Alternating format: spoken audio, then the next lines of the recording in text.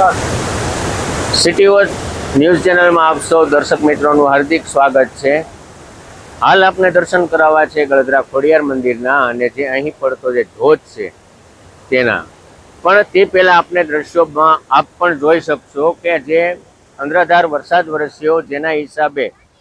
Dam ધારીનો Khodiyar dam છલકાણો અને 9 દરવાજા ખોલવામાં આવ્યા, જેનાથી જે અહીંયા સુધી પહોંચતું ગળદરા ખોડિયાર મંદિરથી જે પ્રાગટ્ય સ્થાન છે ત્યાં સુધી પહોંચતા રસ્તા ઉપર જે છાપરું બનાવવામાં આવ્યું હતું, અને જે અહીંયા માનો કે એક છાપરું મંદિરની સામે પણ બનાવવામાં આવ્યું હતું, તે અત્યારે પાણીના પ્રવાહમાં તણાઈ ગયું છે। અહીં આવતા શ્રદ્ધાળુ માટે તડકો હોય એના માટે આ છાપરું બનાવવામાં આવ્યું હતું, પણ હવે આ અત્યારે ધ્વસ્ત થયું છે, એટલે કે તણાઈ ગયું છે, જેના હિસાબે મોટી મુશ્કેલીનો સામનો કરવો પડશે। પણ બીજું પણ એક આપને બતાવી દઉં કે જે દુનિયામાં સુપ્રસિદ્ધ એટલે કે જે આ ધોધ છે તે આહલાદક અને સોળે કળાએ અત્યારે ખીલી ઉઠ્યો છે।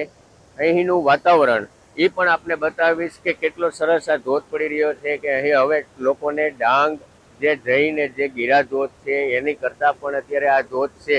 એ અત્યારે સારી રીતના